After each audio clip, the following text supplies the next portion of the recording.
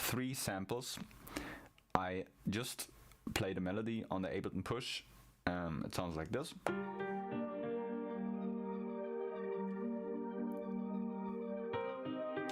Those are 3 different tracks. So we got this one, and then this one. So I exported the individual tracks so we can use them all separately. I don't have the MPC stem separation yet, so I have to do it myself. Alright, so on track 2 I loaded up some nice drums, and on track 3 we got some percussion.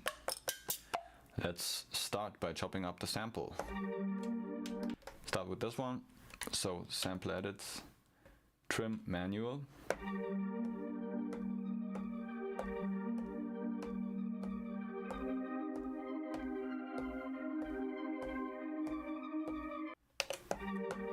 Alright, let's convert it into a new drum program. Pad parameters, do it. Let's put it on track 4. Here we go. Let's chop up the if you're wondering what the noise is in the background, it's the wind. There's a strong storm right now. So yeah, maybe let's chop up the other 2 as well. This one, sample edit manual.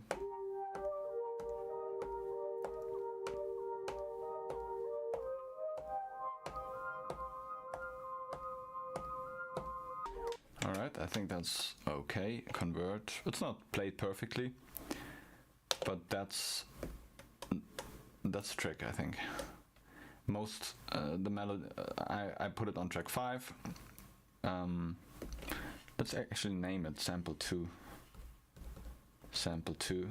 Sample 2. Let's name track 4 sample 1. I am very disciplined today. Naming tracks. Very seldom. I don't usually do that, but today I feel thorough. Okay, let's chop up the last one, the piano.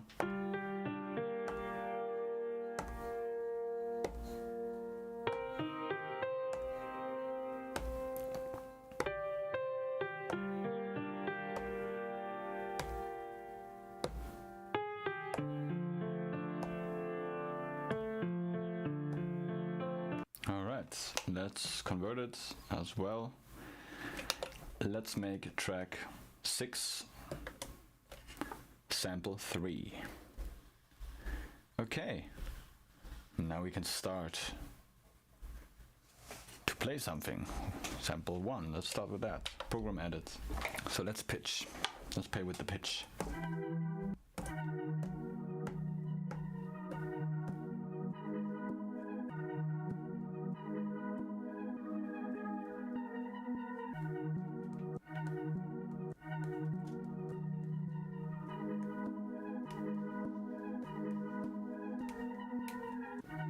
Let's take that.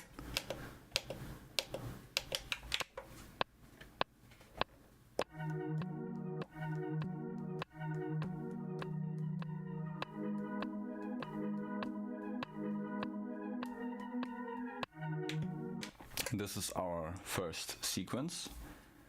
Let's add some drums.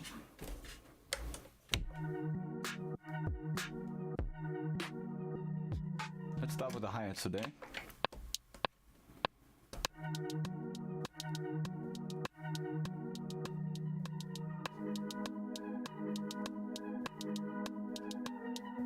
Let's take this one and this one, those two.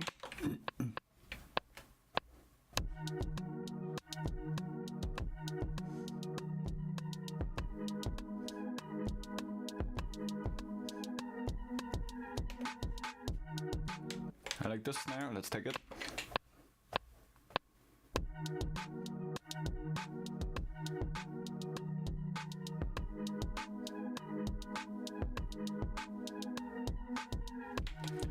Alright, we got our basic drum groove, so let's add sample 2. Let's add some chops here.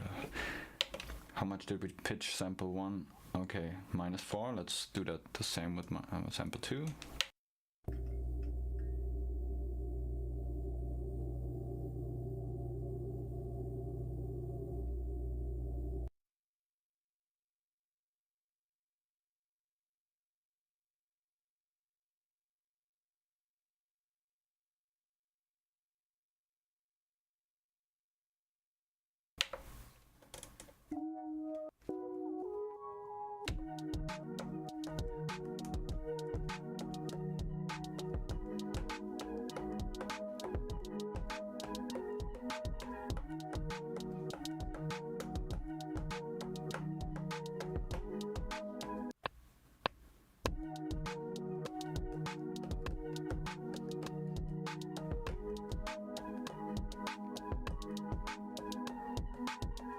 Alright, let's actually change up the snare. I don't like it anymore, somehow. I got a little distance now, and I don't like it anymore. So let's change the snare. Erase, snare, do it.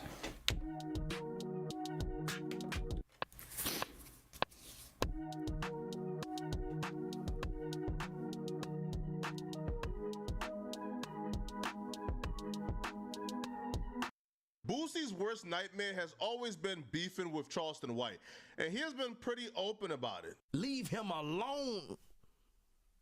I don't want that smoke. If Charleston White looking now, I don't want the smoke, bro. If you watching this right now, I don't want you got smoke. I don't want the smoke. I'm tucking my tail, bro. I don't want the smoke, bro. I don't want no beef with you. I don't want you to. We straight. And that Boosie clip was more so of a warning to his son Tootie Raw, who hopped in Charleston White's DM looking for trouble. Now, Boosie, being a wise man, understood that this here was not a good idea for Tootie Raw. Tootie fucking with me, Boosie. Get him. Let me show him. Show him what Tootie did. Now listen, y'all. Look, Tootie send me his music. Listen, hold on, turn around. Hey, bro, shut your old mess ass. See, look, Tootie send me his music. He sent the music on February 14th. On February 14th. He wanted me to listen to his Hey, music. bro, shut your old mess ass up. You too old for that. Your ass need to go get in the bed, you old bitch. Stop speaking on us, you stupid motherfucker. Hope you fucking die. I hope your daddy died with that diabetes. Yeah, his organ. Yeah, I hope your daddy died with that diabetes. I hope China don't send the insulin over here 1 month. Yeah, by way of shipping containers. And your daddy sugar go up. Yeah. I hope your daddy died. His organs weaker than mine with that diabetes. Got that insulin going in it. And nigga, I got shot in the leg and I was jumping the next day. Nigga, your daddy boot scooted for 6 months. Nigga, that motherfucker, a walker wheelchair. Your daddy was in a walker wheelchair. Nigga, shit, are you? Instead of taking up the beef with Tootie Raw, he took up the beef with Tootie Raw daddy Boosie and made fun of Boosie diabetes and said other things about Boosie. Now, when Boosie was on the Breakfast Club, he sent a stern warning to Tootie Raw to leave Charleston White alone. And he actually broke down why Charleston White should be left alone and why Charleston White is the scariest man on the planet and why he don't want no smoke with Charleston White. You know, your son is a public figure now. And I see people say things about your son. So one dude said he said he's the one who got your son arrested. How do you feel about stuff like that? Who got my son arrested? Then he said Charleston White went on the record. I don't know, man. I don't fuck with Charleston White. That nigga, they're Prussian. I ain't fucking with y'all. I'm keeping that nigga name out my mouth. That day, that's a threat to my success. Yeah, right? yeah. Charleston White, he ain't hiding. Charleston White gonna get your ass locked up. Yeah. So, shit, I've been ducking that smoke with Charleston.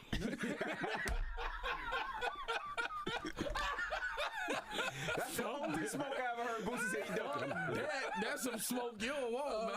Hey, man. I ain't trying to have no man calling no DAs on and all this on me. That's real. Now, ironically enough, Charleston White will go on Say Cheese TV and predict that Boosie will be the next rapper the feds will pick up. You commented on that as well. You said Boosie's next on Instagram. What makes you say that? They been wanting Boosie for a minute, my nigga. They know Boosie got away with murder. It's kind of like they know OJ got away with it. And once they got OJ ass again, what did they do? They strung him up. They finna string Boosie up. He's in one of the most toughest states, homie, on gun laws. California and New York. With his background, yeah, they finna tighten him up. And right on cue, just like clockwork, after Charleston White's prediction, Boosie was arrested by federal agents outside of a courthouse in San Diego. Boosie was originally arrested by San Diego police after they seen an IG live of Boosie with a gun in his back pocket. But the state eventually dropped his charges and federal agents arrested him when the feds picked it up. It's unclear whether or not Charleston White had anything to do with this, but regardless, Boosie was not messing with Charleston White at all, and he will go out of his way to avoid Charleston White, and that includes being on the same platforms as Charleston White. He will contact his best bud, DJ Vlad, and convince DJ Vlad to ban Charleston White from the Vlad TV platform that Charleston White often frequent. You had called me and you said, hey man, as a friend, I'm asking you not to interview Charleston anymore because he said some shit about my kids. Yeah. So then Charleston White used his power to get Boosie banned from Aiden Ross's platform. I canceled on Boosie chat. No disrespect to Boosie. I just said I would only do the stream if Charleston was allowed because out of respect for Charleston guys, you guys know like I'm loyal to like Unc, Charleston White. And basically he was just like I wasn't trying to have Charleston on stream with me. You know, that was that, and I just basically canceled because of that. It's no disrespect. I told Charleston out of respect for him I would only do it with Charleston. So that's that. Because again, chat, Charleston White, he gets hit up all the time by every streamer. But he says no to all of them, and I just like I want to give that loyalty back. That's all. So that's just it, bro. That's it. I have a chemistry built with Charleston, and I fuck with Boosie. So I don't have an issue with Boosie, but I understand. You know, I don't know what they got going on. I don't want to get in between, but I just out of respect for Charleston, I told him if he's not there, I'm not gonna do it type shit. So now apparently these two dudes are having a Big D contest and just banning each other from whatever opportunities they have control over. So Charleston White was supposed to do a comedy show in Baton Rouge, Louisiana, which is Boosie's hometown. So Boosie got wind of this, so Boosie called the promoter and allegedly told the promoter to cancel the Charleston White show or else. Now, Boosie's worst nightmare is apparently coming true based on what he did with the comedy show. You see, Boosie is terrified of Charleston White calling the police on him, so Boosie has been beefing with Charleston White sort of silently and doing things behind the scenes and not really trying to have a confrontation with Charleston White because he don't want Charleston White to call the police. Well, it looks like that's over with, right? Because due to Boosie canceling Charleston White's comedy show, Charleston White has now come back on the internet and has vowed to call the police on Boosie and turn him in for making terroristic threats to the promoter. Boosie, I'm gonna put your motherfucking ass in jail, nigga. Boy, you making threats to the promoter? I got a recorded phone conversation with witnesses on the phone saying the promoter is scared for his life, that he got to live in Baton Rouge, that Boosie go send them people to get you. He said he can't have the show because Boosie goes, I said, nigga, I just hired the police. The promoter scary. Scary ass nigga. Yeah, nigga, Boosie is a hoe. And I bet he don't want to get in that boxing ring. See, Boosie, you gonna try to send somebody, but you ain't gonna do nothing, bitch ass nigga. I'm gonna put your bitch ass in jail, nigga. I'm waiting for the FBI to send me the right kind of number, nigga, because I'm finna make a report on your motherfucking ass to the people. And you make the man call your name specifically. The promoter specifically said your motherfucking name, Lil Boosie. He implemented you and implicated you. Bitch ass nigga, you finna go to jail. Back to jail. You gonna be on your knees, but them knees gonna be bleeding again. Diabetic freak. Charleston White is beefing with street dudes who are not the brightest, so they believe that Charleston White has some type of pseudo power where he really doesn't. Boosie is not going to jail for telling a promoter not to have Charleston White in his city. He's just not. Because one, Charleston White is not going to get that promoter to make a police report and turn in Boosie. If the promoter is already terrified of Boosie enough to where he's canceling the comedy show because Boosie told him to, you think that promoter who lives in Baton Rouge is now about to file a police report with the police and tell the police that Boosie is threatening him? Be for real, right? Charleston White in this particular situation is powerless. He has absolutely no power, no say, no pull at all. But because Charleston White is dealing with street dudes, Charleston White can pull the police card when he feels powerless, and and that was somewhat strike of fear in some street dudes like Boosie, who has actually dealt with the police and is actually going through the system and is trying to do everything he can to stay out the system. So those threats from Charleston White may be scary to Boosie, but from my perspective, Boosie has nothing to worry about. Now, Charleston White took things a tad bit further, and he posted paperwork of Boosie during his San Diego arrest, where Boosie can be seen telling the police on multiple occasions that the guns can be found in a personnel who was with him's bag. So Boosie is telling the police, bro, you can't charge me with nothing. The guns are in his bag, not mine. Boosie was ultimately arrested. Now, multiple people was charged, but their charges got dropped and the feds picked up Boosie charge because Boosie at that time didn't know that they had footage of him on IG Live with the gun on his persons. So again, Charleston White is trying to allude to this being snitching. I don't know. I'm not a street dude, right? I can't call it, all right? If you told the police that the guns was in somebody who was on your team's bag and that person, let's say it's security, is it snitching or is security doing their job? I don't know, right? Y'all let me know in the comment section, man. But this right here is bad news for Boosie because Boosie has been trying to avoid this. But it looks like the inevitable has happened. Charleston White has now honed in on Boosie. Hey, he's trying to get the police involved and send Boosie back to jail. Y'all let me know in the comment section, what do you guys believe? All right, and if you're still watching, click on this video right here to find out why Poetic Fact. Folks, the Neanderthals are acting a fool at the Good White Man establishment. And by Good White Man, I mean Adam 22, of course. The Good White Man, Adam 22, have given these hooligans a huge platform and an opportunity to be hip-hop journalists to millions of people, but they've completely gone away from the original purpose of even being on the platform, right? They were supposed to be hip-hop journalists, but nowadays they are apparently WWEers. There's a different heel or villain each and every week. There's a different storyline or drama to follow each and every week. And there are squabbles that get scheduled each and every week that we never get to see. This is some madness, right? Now, the heel, the villain, most weeks is this guy called Poetic Flacco. And that's the case for this particular week, all right? So this guy decided he was gonna do a couple of videos incriminating his coworker. Bad idea. Let's slow down and dive.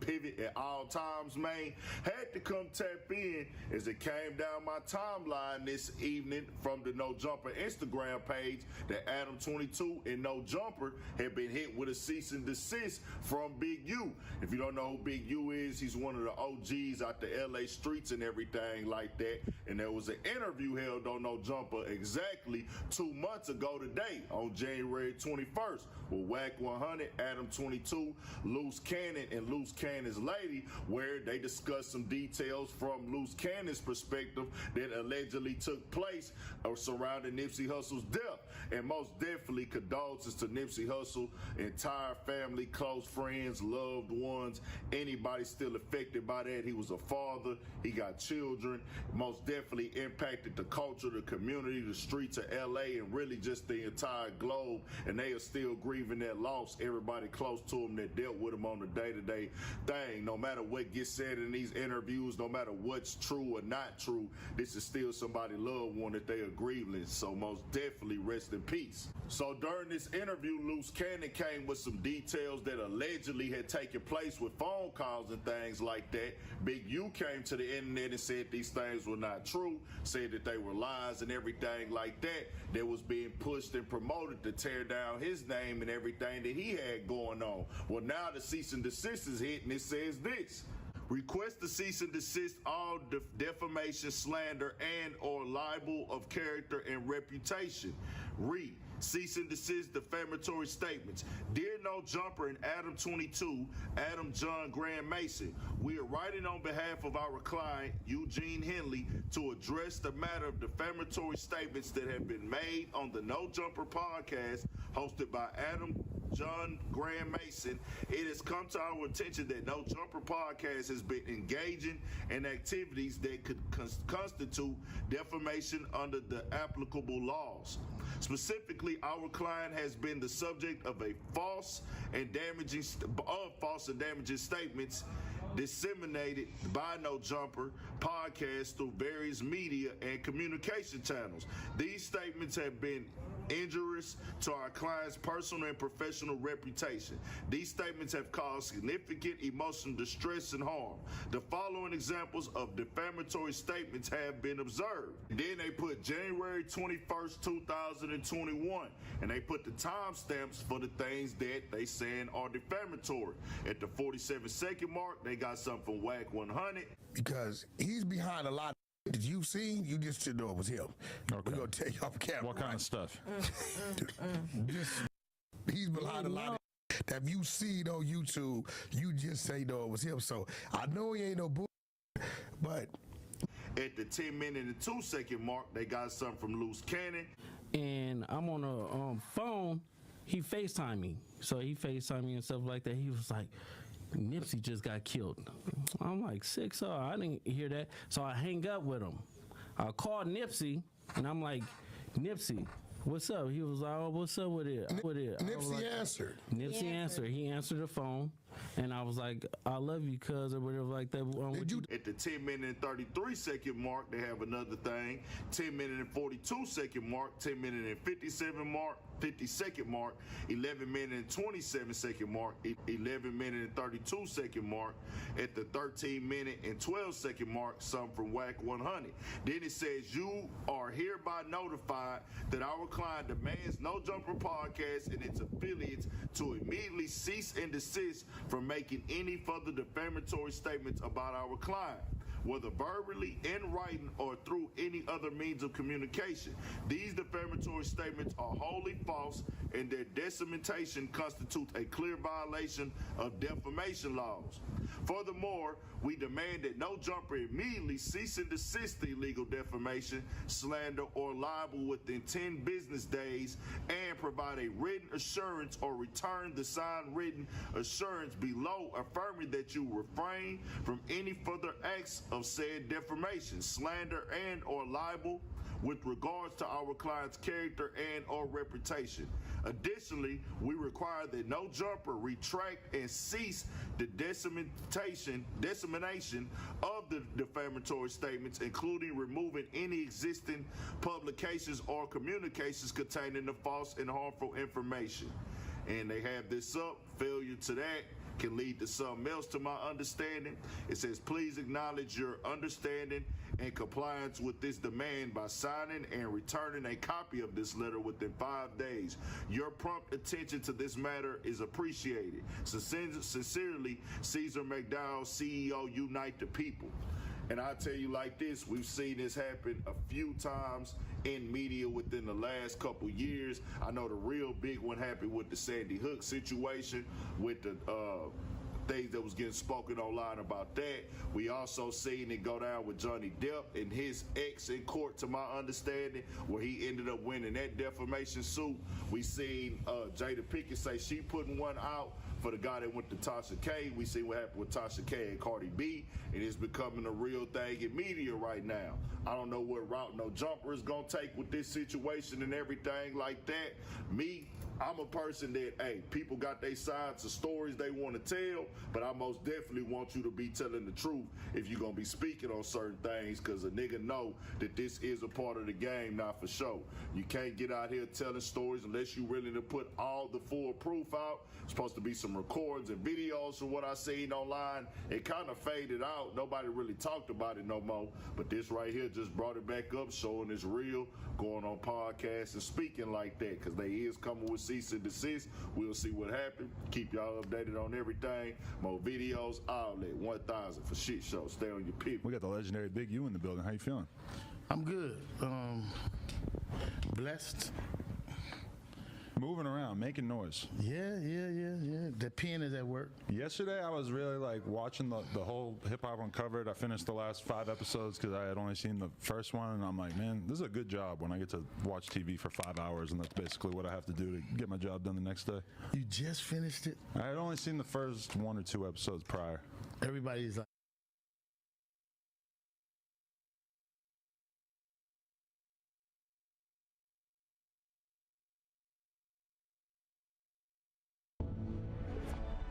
watch NHL games live on a variety of networks.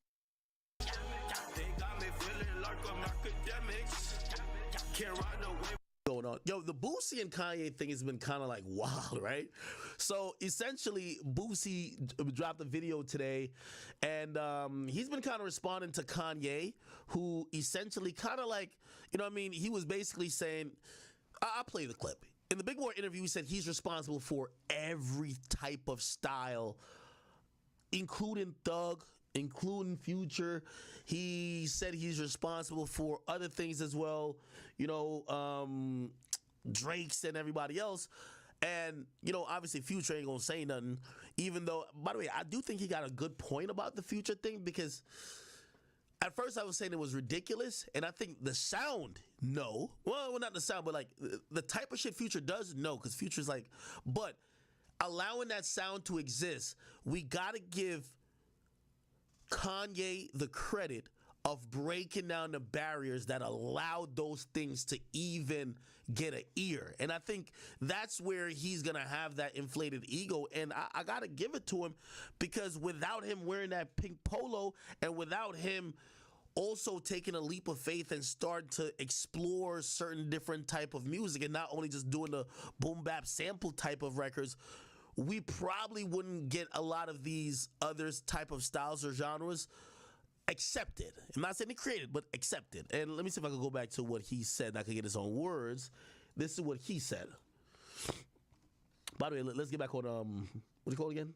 On Twitch. Here we go. Game. I am, but not under Lucian. You're saying I invented every style of music of the past 20 years. I created the genre. I created weekend genre, Trav, Drake. You know, everybody. I'm going to say with all love, Future and Thug also, because the Auto-Tune album. 808s. If you think about it, no one think about it. Everybody think about Trav, Weekend, and Drake, but no one thinks about Future and Thug also. The Auto-Tune album. Now, everyone, they added what it was to it, but here's a new genre. It's called Making Your Own Money genre. And of this music game, I am, but not under Lucian. Okay. You're saying I invented every style of music of the past 20 years. I created the genre. I created weekend genre. Okay. Trav. Okay. Trav definitely. Drake. Drake, yeah. You know, everybody. I'm going to say with all love, Future and Thug also, because the Auto-Tune album. Okay. 808s. If you think about it, no one think about it. Everybody think about Trav, Weekend, and Drake. Okay. Anyway, when he said that, Boosie just came out and would just be like, yo, I think Boosie was like, yo, what this nigga talking about? Like, you know, he didn't create basically what, you know, his type of genre is, right? And let me see if I can find Boosie saying something, and then basically Kanye coming out and saying, all right, yeah, let me amend that. No, I did not create. Okay, he said, this is what Boosie said. Boosie said, not all genres, not every style, not Boosie music. You can't relate to nothing I rap about or your music. Nobody listens to Kanye in the projects or the trenches. I'm going to go ahead and say it. My people don't relate to you, okay? Okay. Then Kanye corrected himself by saying, I just saw that Wipe Me Down was made in 2007. I take no responsible for whatever that genre would be called. Yo, that is such like a shady comment. He said, yo, I take no responsible for whatever the fuck that is. It's almost like he's calling it trash. You know what I mean? He's like, I take no responsibility for that bullshit right there. That's he said, I take no responsible for whatever genre that would be called. Now, I ain't gonna lie, that set Boosie off, man. Because Boosie then came back and said, the genre of music I make is called Boosie music. It makes you cry, it makes you smile, it makes you dance. It gives you motivation. It makes you think. It really raised people. I really raised people through music. It's real heartfelt music. No rapper has raised most street niggas than me. Is that true, people? I thought Gucci raised a lot of people. I don't know. Okay. What about Snoop Dogg? Maybe not. Okay. I make music that makes you feel like we grew up in the same house together. Wipe Me Down is not a genre of music. It's a song. 07. What? I was almost a decade in. I've been putting out this real heartfelt shit since 98, 99. They just don't give real niggas flowers no more. But I give him to myself. Legend, okay? Now, after that was said, he got back on live and said this. How many rappers I raised out there, bro? Like, who don't give me my flowers? Everybody quiet, bro. They don't want to be looked at. They don't want to be on my side and be looked at like you supporting Boosie. That's what I be thinking it is. But they'll give Kanye his flowers, people like that. But Boosie, you know, just saying, he talking about black people.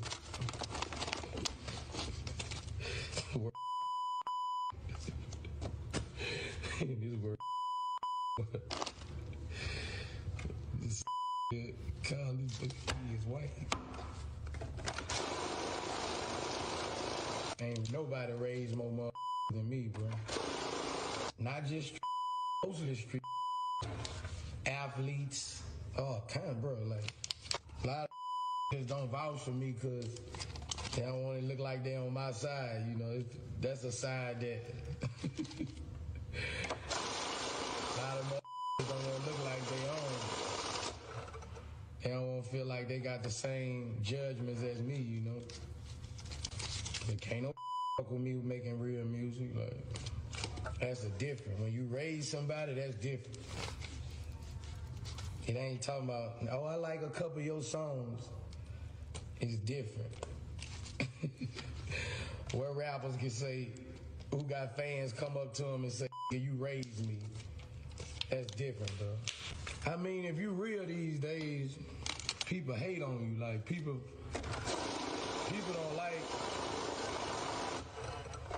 don't like when you real, bro. You know how many rappers I... Okay. Now,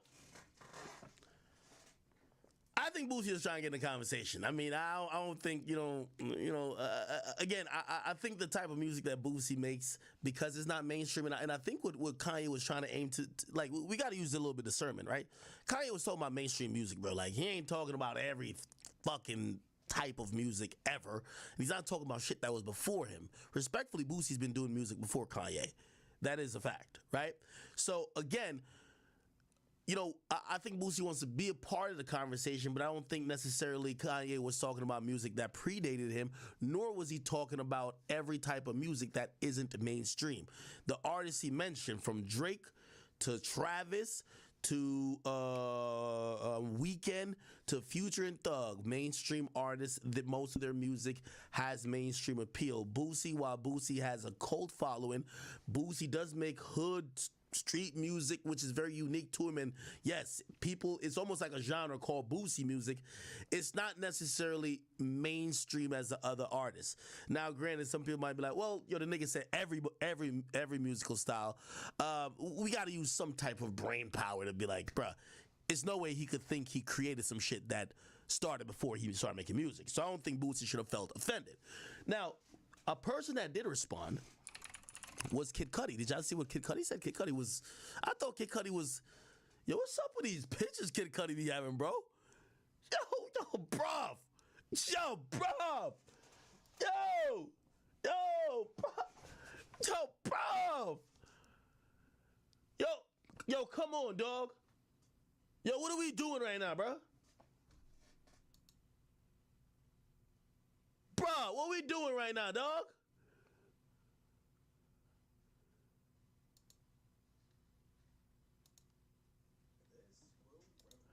Anyway, fuck. Man, I ain't gonna lie, man. I used to rock with Kid Cudi music so heavy. Anyway, he had tweeted something out, or hopefully he didn't delete it, but it was basically kind of like, a little bit shady.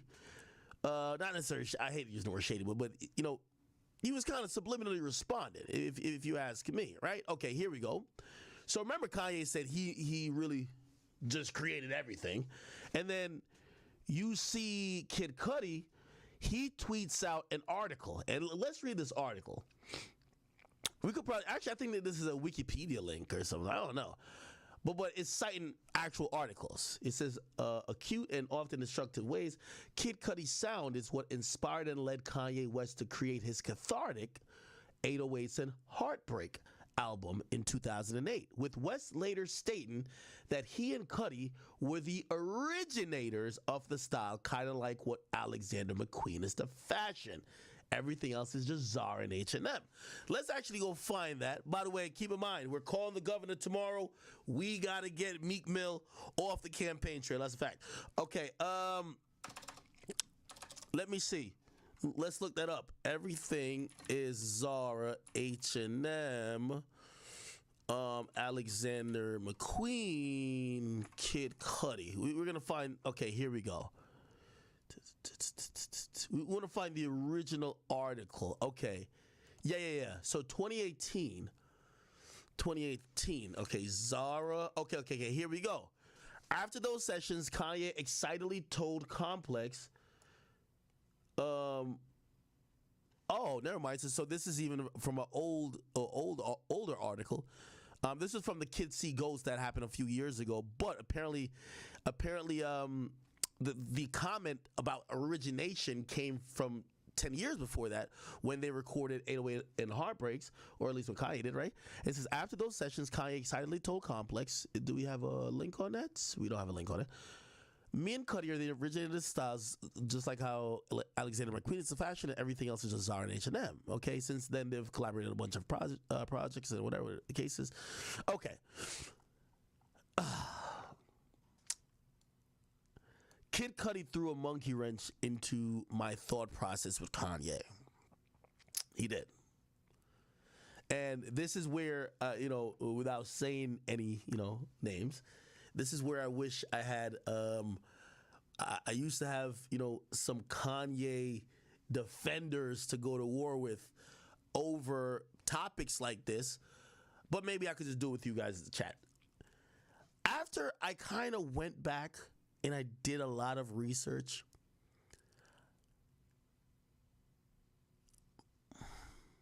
chat, I think Kid Cudi is the guy. Hey, hear me out. Now, Kanye is a more successful, better artist overall, bigger innovator overall. But most of these styles that Kanye took credit for in that interview really came from Cudi. Kanye worked with Cudi and adopted them. Again, he adopted them and made them mainstream, and Kanye's responsible for changing the whole state of music or the sound of music, but did he come up with those himself? I can't say he did, people. I can't say he did. I'm gonna be honest with you. If I am to be honest,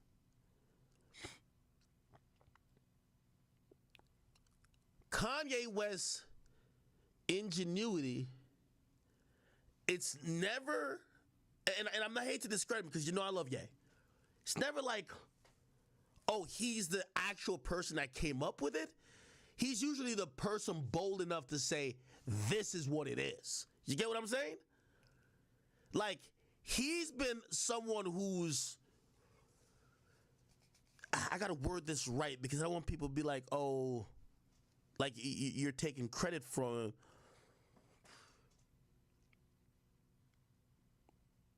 him.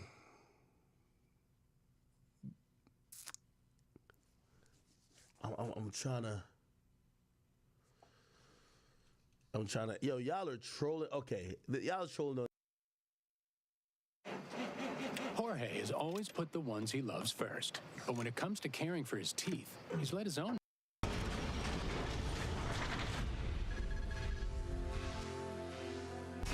All right, Gene Deal, how's it going? Cam TV, what's going on, brother? Hey, You know, just out here grinding, man. I see you out here doing your thing too, staying busy.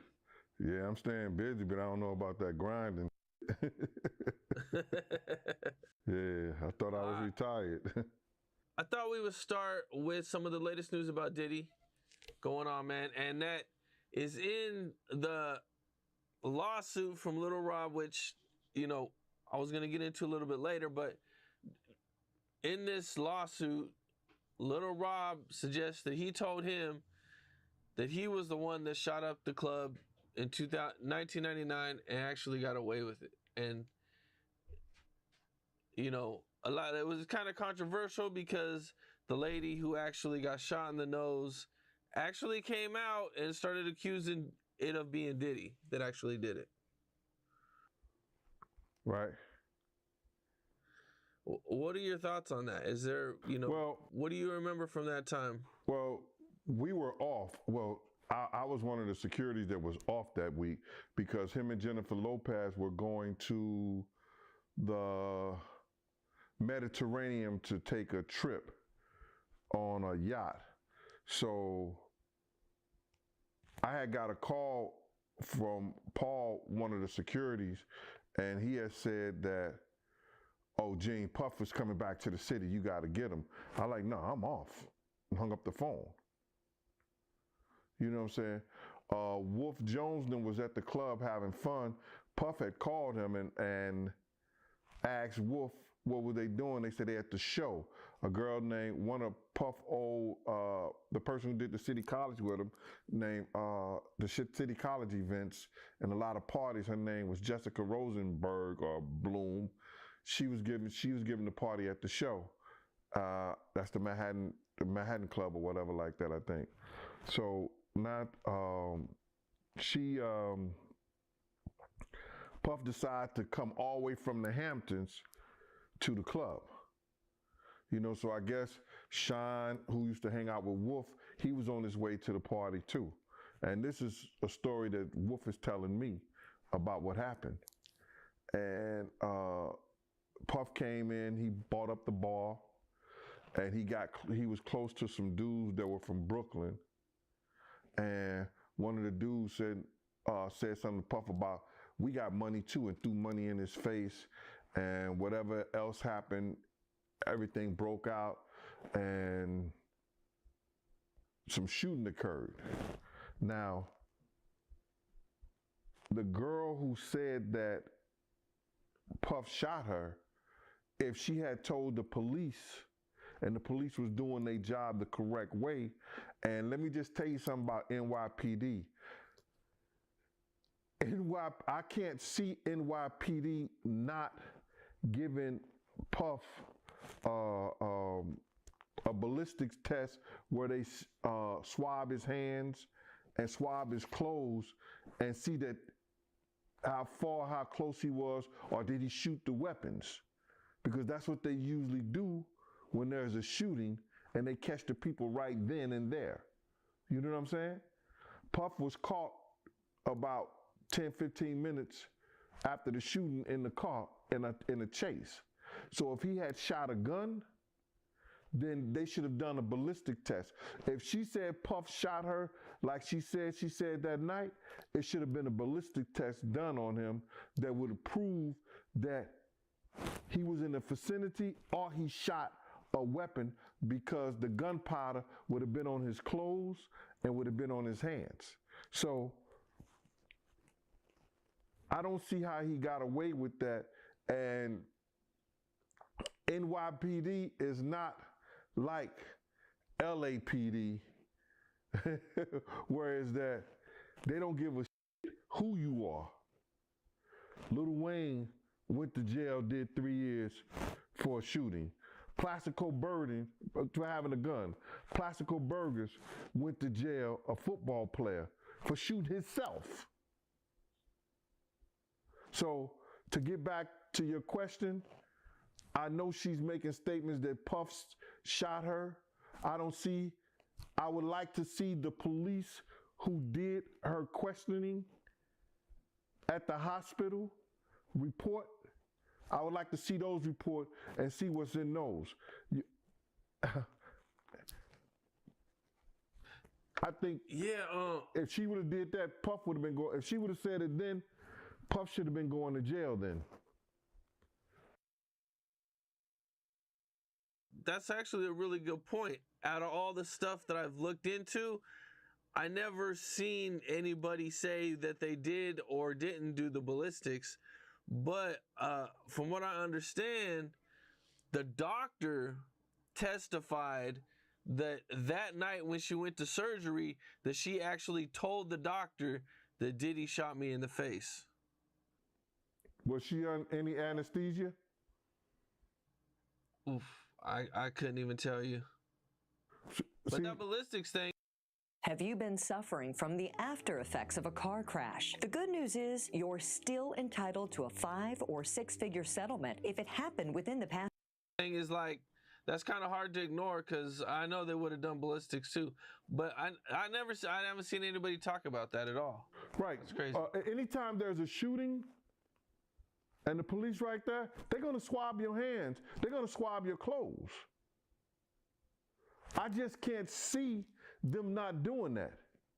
But if they didn't do it, that was a mischaracter of justice right there, that they didn't do it. And why? If she made that statement. Because if she made that statement to the doctor, one thing I know about NYPD, somebody was following that ambulance to the hospital to get a statement from the girl. And I would like to know what kind of weapon it was, because I pretty much knew what kind of gun Puff had. Yeah, well, she did sue Diddy, and she got $1.8 million from him. But he was in an altercation that caused her to be injured. She should have sued him, the club, the other people that was involved, everybody. Everybody that had some money should have got sued. I don't know if she sued anybody else, but she definitely did sue Diddy. And she said she's been getting harassed ever since from it. She said she got like 7 flat tires in, I want to say like 2015. Like she still gets harassed by him, she says, because she feels like she's the only person that ever got some money from him. Yeah. 9 people died at City College, you know what I'm saying? And he was involved in that. And I don't think they got that much or anything. During the trial, you know, one thing that really stuck out was Shine is accusing Diddy of basically snitching on him, saying that Diddy's lawyers called a witness that said that Shine shot his gun and shot his gun first, which was kind of, you know, this lawyer, the witness that worked for the club actually helped clear Diddy by saying that they tackled Diddy when it happened, and that Diddy didn't have a gun. But at the same time, this person is also testifying, saying that they seen Shine shoot a gun, and this was the witness that Diddy's lawyers called to the stand. Well, what's happening is that Diddy had, Puff had security going around finding witnesses to testify what they saw. And they would tell him and his lawyers first. And then they would send those witnesses to the DA. You understand? I said this plenty of times before. They would send those witnesses to the DA. And after they get their testimony and what they saw, if they felt that it was...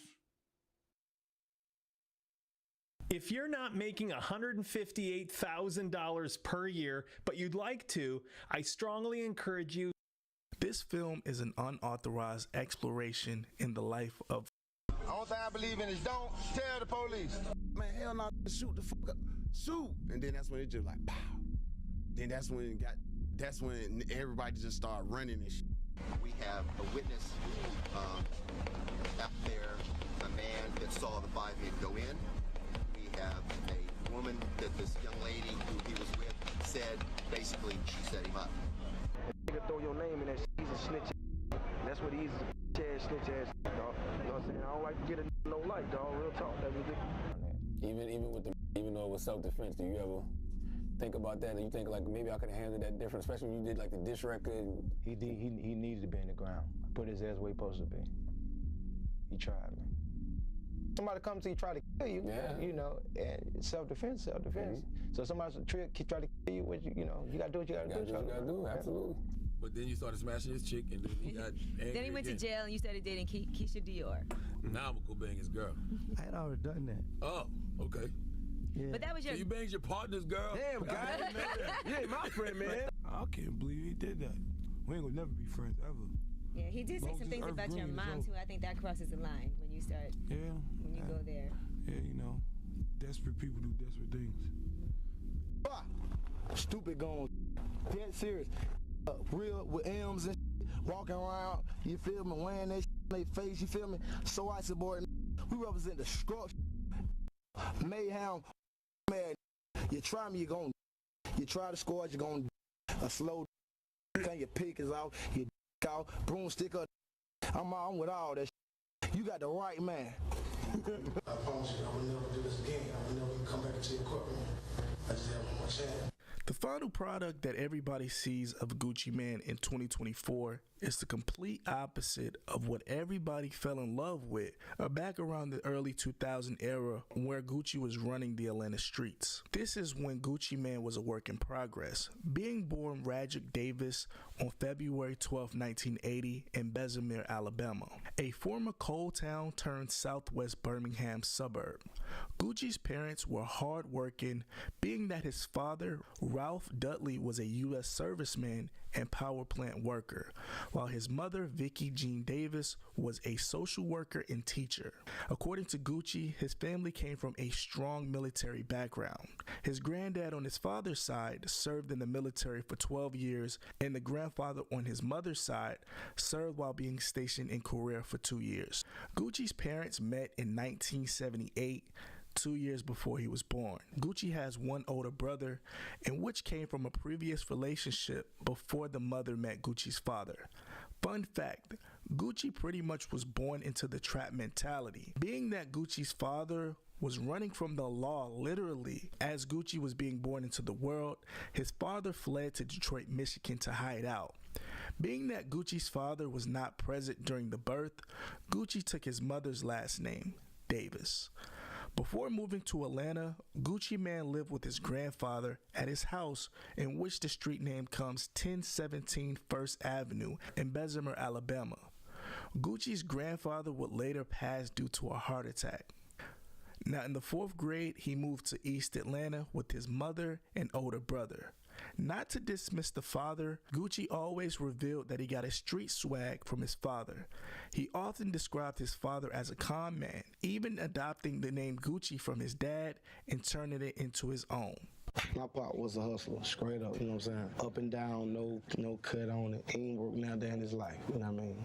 You look at his hands, it wasn't like no construction worker hand. You feel me? I already know that when I was a little boy. You feel me? His hands smoother than my mama hand, cause she go to work, you know what I'm saying? He straight was a hustler, so, and I used to watch that, you know what I'm saying? The reason I came on SOS Entertainment, cause for as long as I know, my dad was giving us jewelry. Even if it was a link, rope, herringbone, ring, I lose or whatever, he always had me rocking ice. I felt like I paid homage to him by using his name, you know what I'm saying? They call him Gucci Mane Slim Daddy. And he a hustler, you know what I mean? I definitely am a hustler. And I feel like I was a little better at it than he was. So they made me come on with Gucci Mane La Fleur. To be honest, like most people in my neighborhood call me Black or Ray. Since I was a child, I've been called Gucci, Lil Gucci, because that was my daddy nickname. Really? Growing up as a child, I kind of wanted to be known as I wanted to have my own name and my own person. So I always kind of like went away from the Gucci. I wanted to be called Ray. Because, my real name was Radric. Right. So I would introduce myself as Gucci. Somebody would call me that, but if I meet a girl, I'd say my name was Black or Ray. I would never say my name was Gucci. My grandfather was in and he was in too. He was stationed in Italy, and he was fascinated with the Gucci clothes over there. He came back and started calling my dad Gucci and my uncle Gucci. He called one of them Gucci Mane, one of them Gucci Boy. And that was their names for a long time. And then my father just kept the nickname and it passed on to me. According to Gucci Mane, and in his book, The Autobiography of Gucci Mane, he says his first taste of street life was dealing drugs with his older brother. He says during one particular holiday, it was the first time he got a taste for selling real hard drugs. His mother had given him $50 for Christmas. In return, Guwap went and purchased crack himself. Years later, Gucci had his first run-in with the law in 2001. Days after being kicked out of Georgia Perimeter College, Gucci was behind bars for trying to sell to an undercover cop. Ultimately, he was sentenced to 90 days in the county jail and then probation. Throughout Gucci's career, he had a lot of street beefs, and one of his first beefs was with a rapper by the name of Young Jeezy. The beef started from making music together, then subliminal messages around the city of Atlanta, to having several diss tracks back and forth between Gucci and Jeezy. Oh, and then you can't forget the death of one of Jeezy's associates, who allegedly they're saying that Gucci Mane himself. In May of 2015, the song So Icy was an instant hit. So much that Jeezy figured the song would be featured on his debut album, Let's Get It Thug Motivation 101. But instead, Gucci used that same song for his first independent album, Trap House. Nevertheless, the song peaked at 46 on Billboard's hip-hop charts. Good for Gucci Mane's pockets, since this was on his album and him being an independent artist. But this was bad for Jeezy, in which he insists that Gucci never paid him for that feature at all. The streets was buzzing, not only about the beef, but the diss track that Young Jeezy released a month after So Icy was released. The song Stay Strapped had a lyric directed straight towards Gucci Mane. It says, I got a bounty on that 10 stacks, so if you come to your town and you just happen to snatch that off his neck, I'ma shoot you 10 stacks so I can cremate that. Now Guwap responded quickly with the diss track himself, entitled Round 1. Now in the song, Gucci Mane says, that Jeezy man, the fake. Gucci prepared himself for a lengthy battle by declaring in the chorus, this is round 1 of Gucci Mane vs. Jeezy. If you've been getting scam texts like these, it was me. I said that probably means your data's been leaked, and I have all of it. It isn't even your phone. I'll be a pussy. So, what's got you feeling that way, man? Just be doing a little shit, you know what I'm saying? Should do, you know what I mean? Like a little. Alright. So where's all that coming from? Because I mean, y'all had the song together. It seemed like the relationship was going along pretty alright. You know, y'all both repping the A. I thought it was a real man, but you know, they're carbon copy, man. I'm Oreo. Alright. So what really was the beginning of the end and making you feel this way that you feel right now? Tried to get my song on his album, and after he couldn't do it, you know what I mean? Just came out of it. So what he started doing exactly? You know, just making dish records. Going on the radio saying little shit. You know what I'm saying? Popping and shit. Was he doing that in Atlanta or in markets that you might not have been in? He was going to markets I ain't been in yet and do a show before I get there and tell them don't buy my record when it come out. You actually heard that Cass was saying like, don't buy Gucci out. I seen it on videotape. So that what made me just flip out like this. Okay. So now, when was the first time you heard a diss record from Jeezy? I was doing a show in like in Tampa, Florida, and while I was riding out, we heard it on the radio. So, like, did that feel like it kind of came out of nowhere? Like, yo, what the f is going on? No, actually, I anticipated, you know what I'm saying? But still, I got, you know what I mean? I got to handle it. Everything's cool, man. You know what I'm saying? I've been beefing with the hood all my life, you know what I'm saying? But it's like one of the weakest I ever beef with. So it really ain't no problem. Man, you know, we ain't never had no relationship, man. We was a boy, man.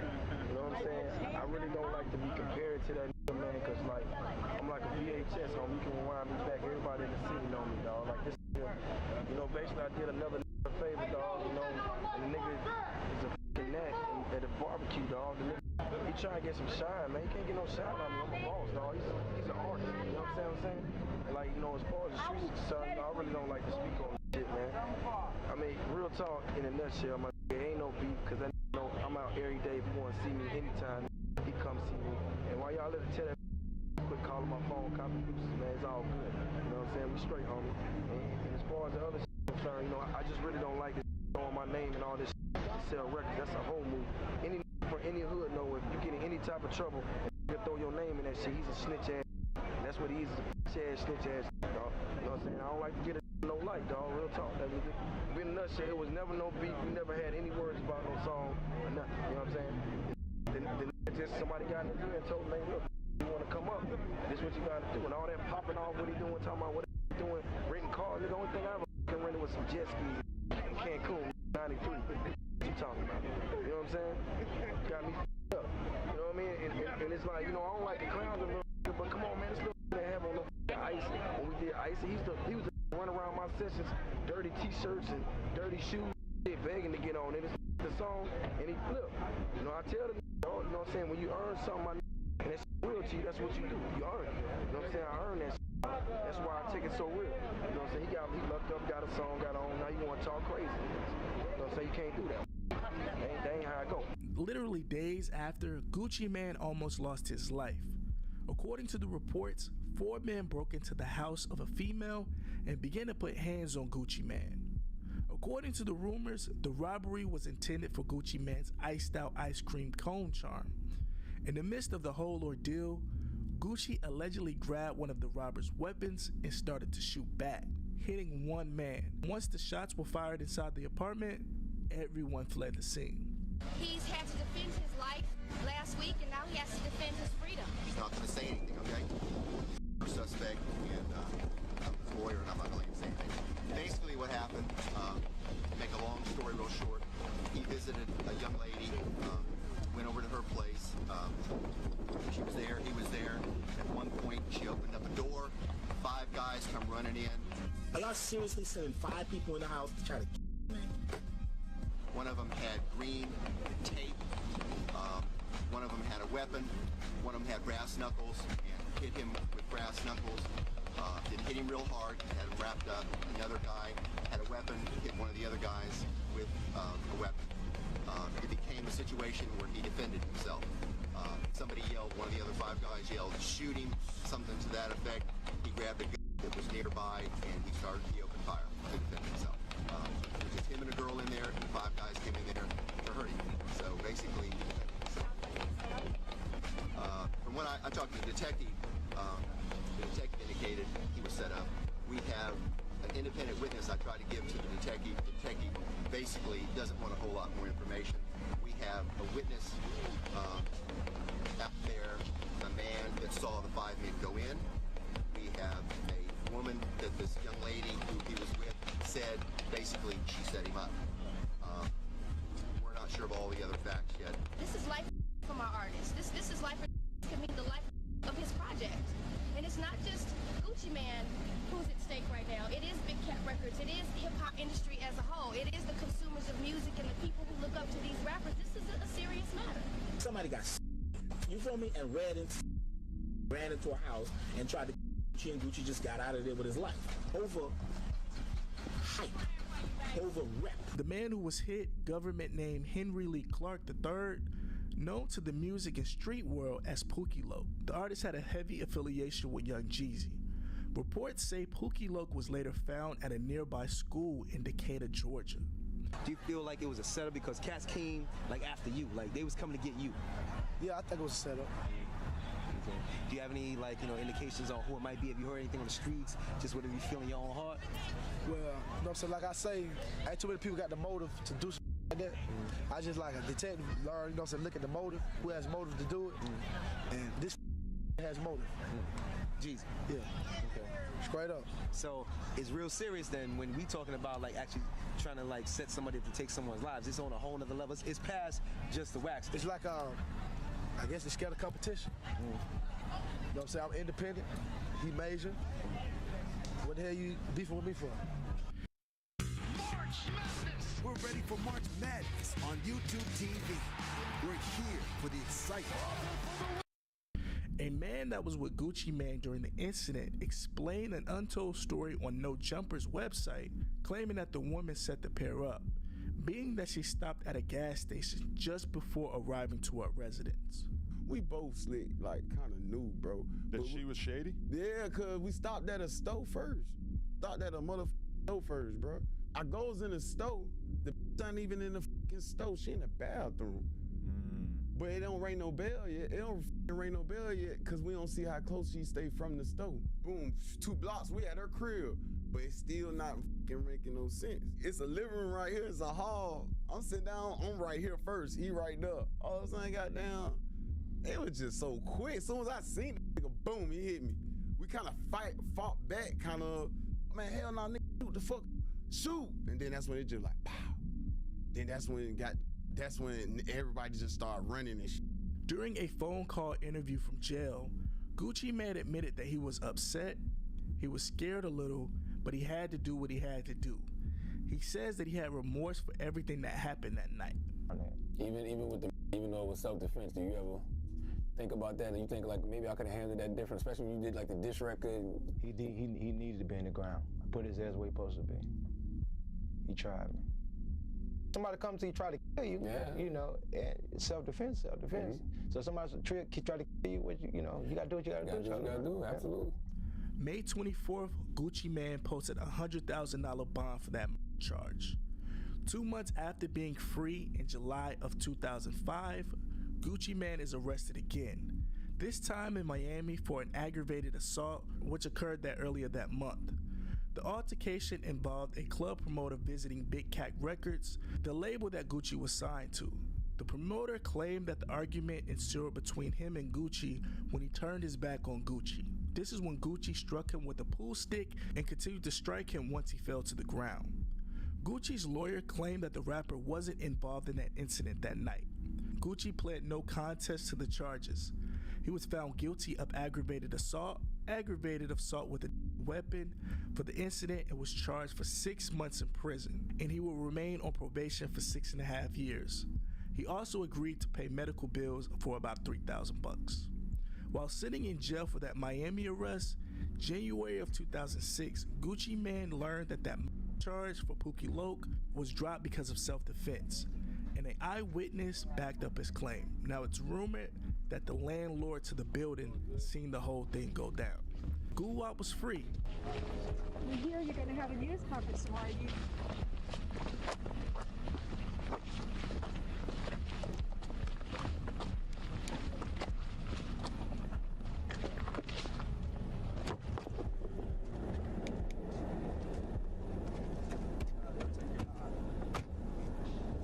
Not only did this case elevate Gucci Mane to another level, the streets in the industry started to look at Gucci like a real gangster who just happened to rap. Now, while Gucci was fighting this case, both him and Jeezy kept the G code and kept everything quiet. Only a year after this went down is when Gucci started to talk about Jeezy again, this time during a freestyle called 745. Gucci spoke on his decision to fight back against his attackers in 2005. One of the lyrics said, "I smell, nah, that's Jeezy. You ain't no snowman, you're more like a snowflake, cupcake, cornflake, too fake." Now the next run-in with the law was in 2007.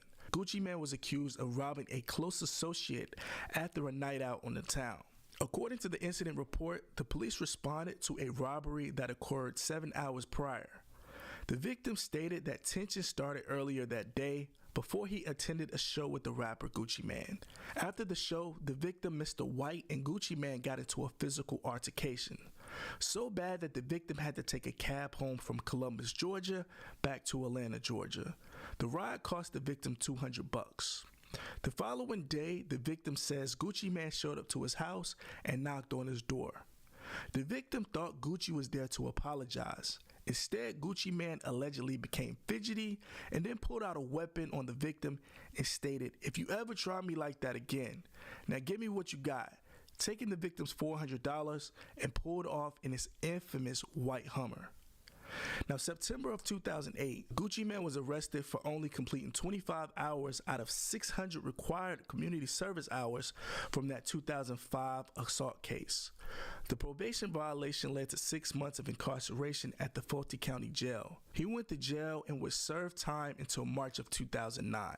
Judge said, judging by his record, Radrick Davis, otherwise known as Gucci Mane, is not a worthy candidate for probation. So the judge decided to end a portion of his probation and send him to jail.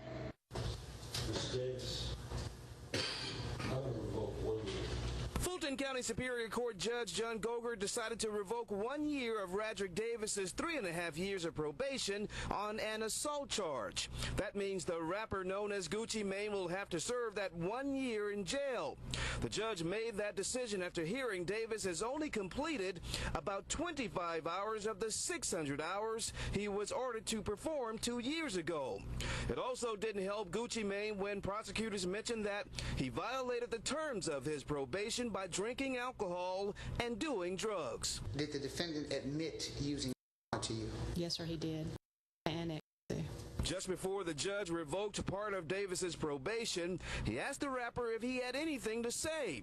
Gucci Mane told the judge he'd performed community service by speaking to children at schools and events, and that he was sorry that the unapproved appearances weren't properly documented. I promise you, I will never do this again. I will never come back into your courtroom. I just have one more chance. So I asked ChatGPT to build me a Shopify store, and it said, no, we can't do that. But here is about 1 million things that you can do to build the store. And of course, he didn't get that chance in part because Davis was given a chance to avoid a probation revocation back in 2006, and also because he was arrested in Henry County in July for possession, driving under the influence, and being in possession of a weapon by a convicted felon. We're live at the Fulton County Courthouse. Tom Jones, Channel 2 Action News. November of 2009, Gucci Mane would be back in court for another probation violation, and he left in cuffs. He would have to serve time until May of 2010. While in jail, his major label debuted, The State vs. Radrick Davis. It was released December 8th through Warner Brothers Records the next month. I'm the defense attorney telling him how to write out the sentence. That's the wrong show. You know, the one who makes you a code. Yeah. Mr. Hudson, Mr. Finley, you ready? Yes, Your Honor. All right. Case of State of Georgia versus Radrick Davis. My name is Jesse Gall. Mr. Davis, you... It states the same thing. Just based on what the criminal history of Mr. Davis, we must ask for it. I asked him and confirmed that there was no attempt to serve him at a studio, at a residence. Accordingly, was confirmed there was no holds. Contacted fugitive, knowing from doing this for a while, of information about my client. I do want to say that I have a community service letter from somebody with the Atlanta Public Schools that I'll tender. I've shown counsel. I'll tender to Your Honor if I can approach. Excessive amount, whatever that is, we're just asking that the bond, their bond be set. I never ask for an amount. That's not my job. My job is to ask for bond. The conditions I leave in the courts with the court's discretion. Okay.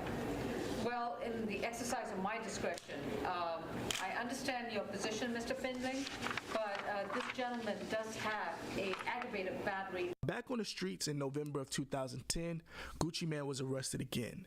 An off-duty officer noticed a white Hummer driving recklessly on the Northside Drive and reported the vehicle. When the officers finally caught up with the vehicle, Gucci and an unnamed man were arguing outside a body shop. The officers attempted to intervene. Gucci ignored them and then punched the man he had a dispute with, eventually leading them to pepper spray the rapper. He will be booked under various charges including damage to government property, obstruction, driving without a license, reckless driving, running a red light or stoplight, failure to maintain a lane, driving on the wrong side of the road, and the charges were eventually dropped, but he still risked violating his probation. A special plea of mental incompetence was filed in the courtroom, claiming he was in no state to fight with prosecutors. Hey,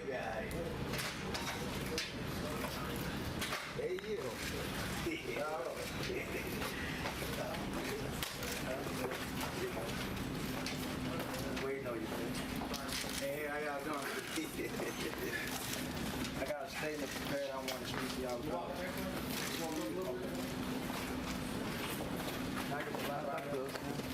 I get a lot right here. First and foremost, I'd like to thank my legal counsel, White Thomas and Michael Holmes, for their excellent representation, as well as my lady, Sal, and Warner Brothers Records, for sticking me through my situation, through my time.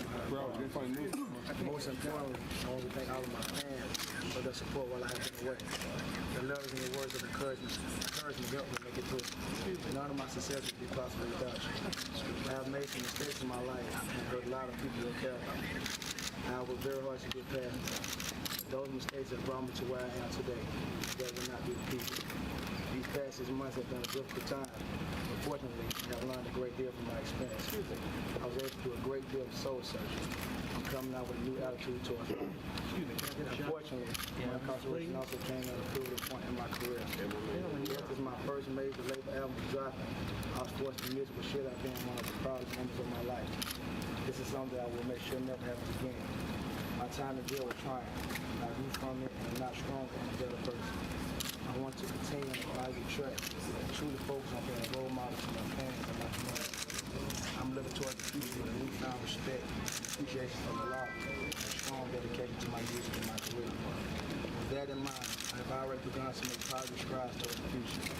I've launched a new label, 1017 Brick Squad Records, affiliation with Silent Warner Brothers Records, and I'm working with a new team. I'm looking forward to getting back to business and start making hits. I'm extremely excited about my new album, The Appeal, which will be dropping at the end of this summer. Over the course of 2010, 1017 Brick Squad Records will release an album from my artist, Waka Flocka, as well as my group Brick Squad, which features Walker, OJ the Juice Man, and myself. The Lie will be heading out on a nationwide tour and things across the country and continue the movement. Finally, a lot of things happened while I was away. I'm back to address these things. The rap game is in need of substance right now, and I'm here to play streets right on time. I can't wait to show the world why I feel that now that I'm free, ironically, I'm the most wanted man in Georgia. I'm hungry for success and ready to compete, so may the competition begin. I set out 5 years ago to be the #1 rapper in hip-hop, and today that journey continues with an even sharper focus. I challenge all artists to put out the best music they ever made this summer. I want to sell nothing less than victory, but I still want worthy opponents. To everyone who is there for me, thanks for y'all support. Now next month, Gucci Mane went to jail again. This was during a raid at Waka Flocka's home. Waka wasn't there, but the officers found Gucci Mane. They cuffed him and took him into custody, but he was eventually released without any charges. One of the biggest sales ever. 30 beef sticks for just $30. Try for $1 each. 6 grams. New at 5, Henry County Police raided a popular rap artist's home in the Eagles Landing subdivision and arrested 2 people on weapons and marijuana charges. Channel 2's Eric Phillips is live in Henry County with information he just confirmed with police. Eric. Linda, within the last hour, we confirmed with Henry County Police that the home they raided here in this subdivision behind me around 7 this morning is that of popular local rap star Waka Flocka Flame. Henry County Police went to the home on Bayberry Hills here in the Eagles Landing subdivision. Inside, they found a small amount of drugs and 2 handguns. We have been told that though Waka Flocka, whose real name is Jaquin Malphurs, lives at the home, he rents it from someone else. We also understand that popular rapper Gucci Mane was also at the home at the time of the raid and that he was detained for a short time and then later released. 2 men have been arrested so far. Police say they are looking for a 3rd person at the time of the raid. Apparently Waka Flocka was not at home. Live in Henry County, Eric Phillips, Channel 2 Action News. January of 2011, the Superior Court of Georgia's Fulton County ordered Gucci Mane to a psychiatric hospital due to the mental incompetence filing. The judge ordered that Gucci Mane is transported to a 111-bed psychiatric and a chemical dependency treatment facility. He will undergo tests to determine his mental health. He was sent to the Anchor Hospital on January 13th. A few days after being released, this is when Gucci Mane got that infamous ice cream tattoo on his face. According to Guap, he says at the time, the tattoo represented how he lived his life. Ice cold. Now, in an interview in the Morning Hustle, as of recent, the Atlanta rapper admitted that if he could do it all over again, he wouldn't have got that particular tattoo. He says, I wouldn't take credit for starting the trend, but I think I definitely made people think it was something cool to do, he said. I was going through something when I did it. If I could do it all over again, I probably wouldn't have done it. People don't know the backstory to that. I wasn't in a healthy space at that time. That was just something sporadic I did. April of 2011, Gucci was arrested while visiting his parole officer for an incident where he pushed a woman out of a moving vehicle in January. Now, the lady name was Miss Graham. She advised that she was at the South DeKalb Mall on 2801 Chandler Road waiting for the beauty store to open near Conway. Ms. Graham was approached by a male in a white Hummer who introduced himself as Gucci. Gucci asked if she wanted to get breakfast. She agreed to go. She got in his vehicle, and Gucci later stated that he was the rapper Gucci Mane. Gucci Mane turned westbound on I-20 from Chandler Road, but exited on Flat Shoals. Ms. Graham asked what he was doing and where was he going. Gucci Mane stated that he wanted to go to a hotel and he would give her $150. Ms. Graham refused and stated, "Just take me back to the mall. I can make my own money." Gucci Mane leaned over to Ms. Graham and opened the passenger door and pushed her out of the vehicle while it was still in motion. The vehicle was westbound on Brandon Road. Gucci Mane shoved Ms. Graham several times in the side and shoulder area, attempting to get her out of his vehicle. The vehicle left the roadway on 2014 Brandon Road. Gucci was able to push Ms. Graham out of the vehicle, which was still moving. Ms. Graham had redness on her left side/back area. Metro 6 responded and transported Ms. Graham to the AMC with complaints of soreness and pain. These pictures were taken by DeKalb County Sheriff deputies who arrested the rap star while he was visiting his probation officer. He was transported to the DeKalb County Jail where he was booked in and will wait for a probation hearing. The incident he is charged with happened on January 28th, according to an incident report from the DeKalb County Police Department. According to the report, Gucci Mane picked up a 36-year-old woman at South DeKalb Mall in a white Hummer after he asked her if she wanted to go to breakfast. But eventually the woman realized they were headed somewhere else. And according to the report, Gucci Mane stated he wanted to go to a hotel and that he would give her $150. The woman refused, and while the car was moving along Brandon Road, the report says Gucci Mane opened the passenger door and pushed the woman out of the vehicle. Just kind of like, you know, like a face palm kind of thing. He's like, what? He pushed somebody out of a moving car? Yo, you about to be like... That wasn't true. That was a lie. Fabricated? Yeah, that was straight a lie. I ain't pushing nobody in no car. It's just false. So it ain't even nothing about that, and nothing about that was true. But all the other stuff you saying, yeah, if you see somebody got a blessed opportunity and they keep fumbling the ball, you're supposed to be like, what's up with them? Right. You know, if somebody else had the opportunity, they would have appreciated it. So I get it. On September 13th, Gucci was sentenced to 6 months in the county jail after pleading guilty to 2 counts of battery, reckless conduct, and disorderly conduct. He will only serve 3 months for good behavior and was released on December 11th. Diana Graham sued and won her settlement for an estimated $58,000. The Yo Gotti beef. Now, same as Jeezy, Gucci and Yo Gotti were musical collaborators at one point in 2012. The pair dropped 2 mixtapes. The definition of a G mixtape with DJ Drama and the G mixtape with Trapaholics. But the friendship will be short-lived.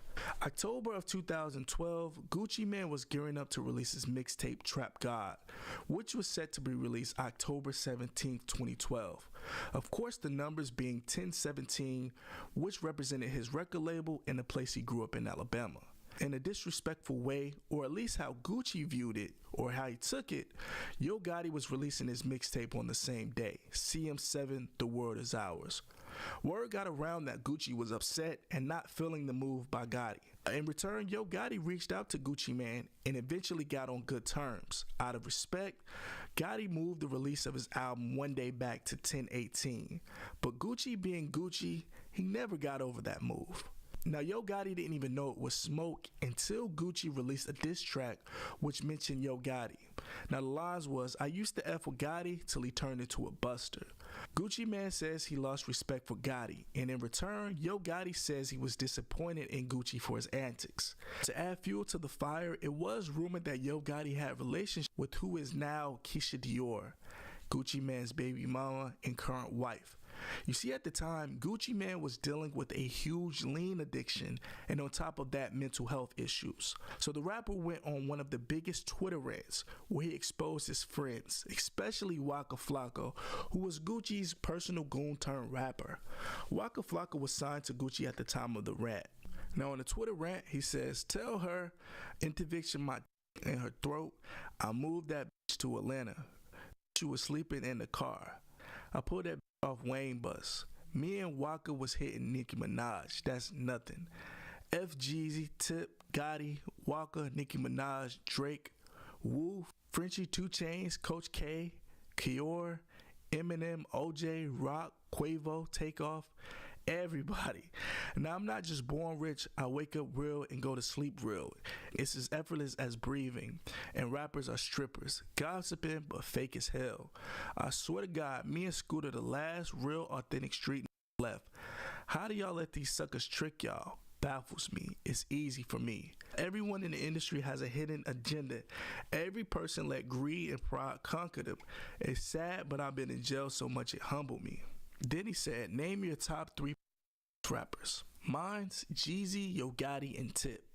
No brainer, but there are hundreds of more. Now, one thing about Gotti is he really didn't get into the disses with the public. Gotti was more of a sneak disser when it came to Guwap. Now, during a Breakfast Club interview, Gotti admitted to the interviewers that he did sleep with Gucci Mane's girl when Gucci Mane was in jail. Gotti's excuse was he didn't know Gucci Mane was in love with her like that. Outside looking in, Gotti won the battle without saying all too much. Man, the first time Gucci ever tweeted me, I was in the studio. Somebody sent it to me, and I called his phone like 6 times in a row. He answered probably like on the 6th one. On like the 6th. How did Gucci answer the phone? What did he say? Who did? I thought you asked me for a chick. I thought you were smashing his chickens up. Oh man, like at home, like he didn't even speak about what he tweeted. He was like, "Oh man, you put Jeezy and Tip on the Rags remix. Jeezy tried to kill me." I was like, "What?" But then you started smashing his chick, and then he got angry. Then he went to jail, and you started dating Keisha Dior. Now I'm gonna go bang his girl. I had already done that. Oh, okay. Yeah. But that was your. So you banged your partner's girl. Damn, guy, you ain't my friend, man. But that was your girlfriend, though, right? Wasn't it like? Guy said, "Envy my partner." I didn't know that was your wife. I ain't know that. Like, I ain't know that. I ain't know like you in love and all that. Yeah, I got you. Come on, man. You know how the game go. As of making this video, the two are still not cool or on speaking terms. Another beef that went right after the Yo Gotti beef was Waka Flocka, who was a protege to Gucci Mane, real close with Gucci Mane. Before the public heard about it, allegedly Waka Flocka and Gucci Mane wasn't seeing eye to eye. But in 2013, the issues came to a head, and the public got to watch the beef with front row seats. During another viral Twitter rant, Gucci announced on his page that he was dropping Waka Flocka from his label. He said, Waka Flocka Flames officially dropped from Brick Squad 1017. Big Guwap say, give me an offer for this disloyal little guy. Flocka replied, somebody tell Gucci Mane to SMD. A week later, Waka Flocka spoke in an interview saying he had no beef with Gucci Mane, but they just had two different goals. They're going in their own routes respectfully. Now, during a breakfast interview with Waka Flocka, he says Gucci Mane became jealous of his own protege. He said, it was when I started going on tours, when I started buying different cars, I'm not leasing nothing. Start buying jewelry, Gucci's conversation changes with me, who admits at one point he wanted to put grown man hands on Guwap. He continued on to say, if I catch him, it's going digital. I don't want to harm him. I just want to slap him a few times. Like a little brother. Gucci lost his noodles. People would think he's a gangster, but he really needs medical attention. It just seems he going at everybody that he was ever friends with. Yeah, like me and Walker hit this from the back and the front. I'm like, yo. So did you knock off Nicki Minaj? Nah, man. Y'all, the world would have known, man. She's too poppin'. I can't believe he did that. We ain't gonna never be friends, ever. Yeah, he did say some things about your mom, too. I think that crosses the line when you start, when you go there. Yeah, you know, desperate people do desperate things. Man, Gucci lost his noodles, man. People just think he's gangster and all he really need medical attention, man. The next month, Gucci Mane filed for a lawsuit against Waka Flocka and his mother. Now, Waka Flocka's mother was Gucci Mane's manager previously. Now, in the federal lawsuit, Gucci Mane accuses the mother and son of fraud, racketeering, theft, and the breach of contract. The lawsuit claims Waka Flocka violated his contract and Waka Flocka's mother took control of Gucci Mane's label without the approval of Gucci. It was reported that Gucci sued the pair for millions of dollars. Now, that same month, Gucci ran into another legal issue, March of 2013. The Atlanta police issued a warrant for Gucci Mane's arrest after allegedly attacking a fan for attempting to get a picture with him. James, a soldier in attendance at the Harlem nightclub, was speaking to Gucci Mane's security guard outside of VIP. They were talking about snapping a picture with the artist when Gucci Mane attacked him with a champagne bottle. The bottle left him with a deep gash that was treated at the Grady Memorial Hospital. He needed 10 stitches and suffered from a concussion and bad headache.